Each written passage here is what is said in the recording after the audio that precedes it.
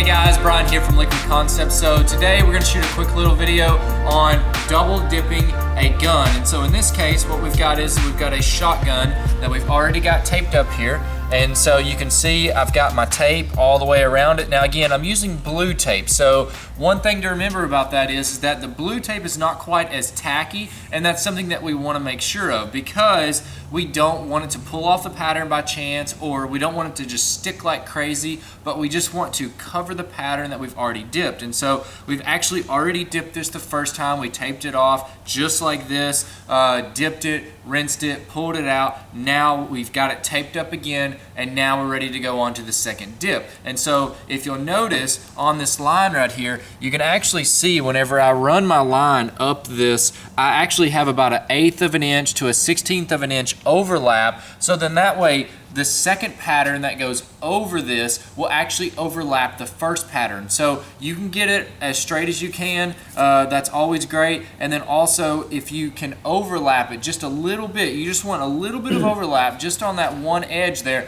And that way everything is more seamless and it looks more like a parting line on the actual plastic, or if you have metal or anything like that. So sometimes, like in a case like this, we could have probably rolled it, but with so many different little intricate grooves and everything, especially with this right here, it's going to trap tons of air. I wasn't really too comfortable in dipping it just one time, so we opted for the second dip. And so this is what we're going to end up with, is pretty much we have the dip right here, and then we have everything already taped off on the dip that we did the first time, and now everything is painted right here, everything's dry, and now we're ready to go. So that's the key thing is that you've got to make sure that it's dry and everything is completely ready to go. You got everything taped up, nothing over here, there's no dip that can actually get onto this part right here, so we're good to go. And so again, we've got our film laid out here.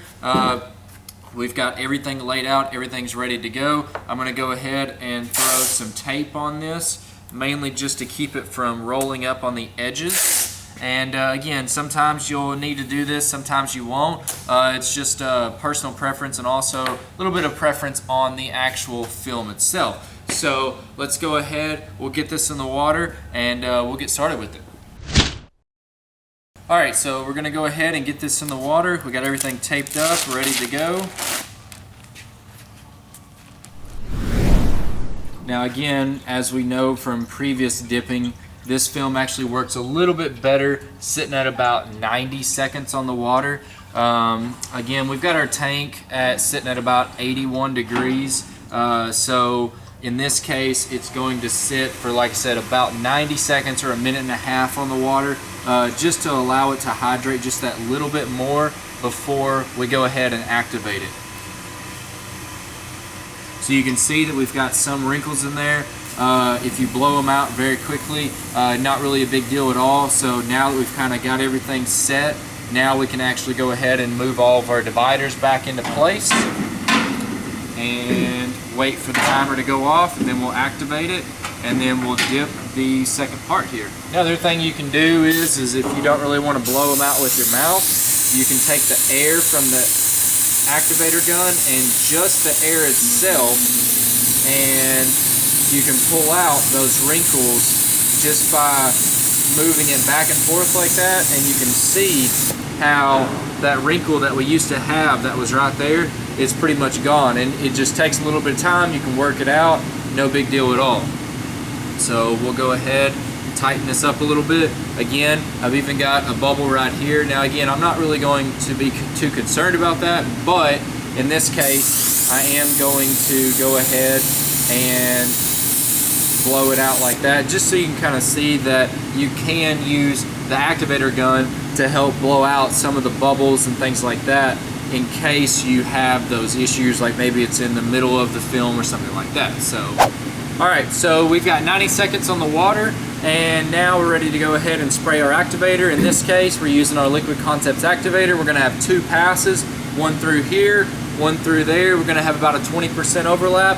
Then we're gonna grab our part, dip it, and then we'll be good to go. And I'll also go ahead and unmask it so that way you can see both sides, how everything looks and everything. So let's go ahead and get started on this.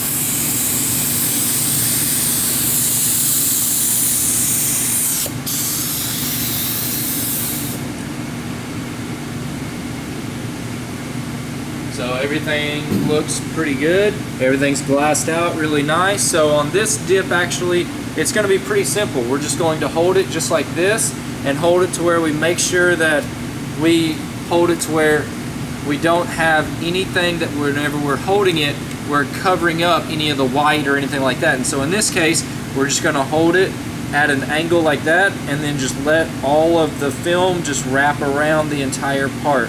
Then we're just going to go down at a nice smooth angle just like this, and then once we have it all the way down, kind of move some of the film around and then pull it right back out, and then we're good to go. So that came out very nice, very detailed pattern. Looks like it wrapped all the way around, even up front. And so now we are going to actually pull off the actual tape and everything like that. So we'll go ahead and grab some of this excess, move it off to the side here. And so now what I'm going to do is, the nice thing about using the blue tape is that whenever you have the blue tape, you can actually let it sit underwater. And so this is normally what we like to do, is whenever we're putting the tape on, we don't actually push down really hard. We just want it enough to stick, but we don't just really push it down hard because we don't want it to stick a lot.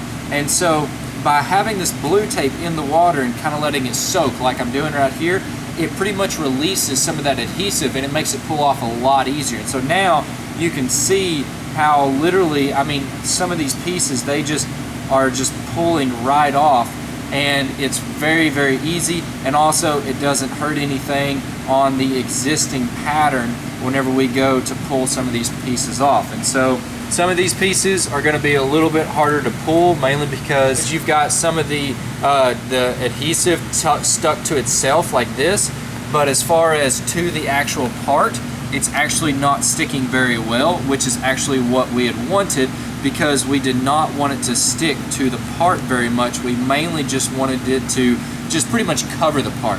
And so in this case, we'll pull this off here. We'll take this and just gently start pulling this. And as you can tell, everything is pulling off really nice, crisp. And then again, we'll take the bottom here, pull this off. Now again, I'm not pushing down really hard whenever I'm laying this down the first time. And so that way, whenever I come back to pull everything off, everything actually pulls off very nice and easy, and you don't have any trouble with anything. And so now we can go ahead and pull this back out just like that. And so now we have our line just like that all the way around. You can see it up there. We've got our line down here, and of course everything looks very nice and professional all the way around from that side to this side. Customer's really going to love it. Of course, we're going to have some touch-ups, like you can see.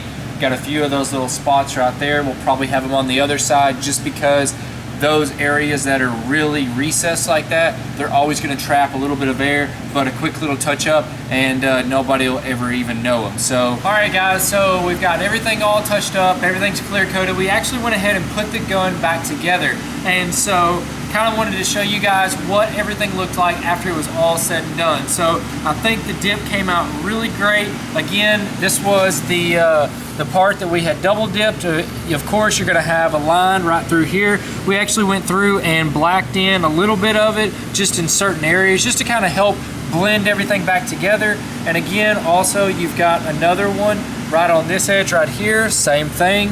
But all in all, everything came out really good. We have a really crisp pattern all the way throughout the entire gun, even all the way down in here in the trigger area and on around into the magazine, the pistol grip area, and all the way around it. So if you do have any questions or anything about double dipping, especially like gun stocks or weird angles or things like that that a part may have, sometimes the double dipping is definitely the way to go. And so hopefully this video has really helped you guys out. You know, if you've enjoyed the video, definitely give us a big thumbs up.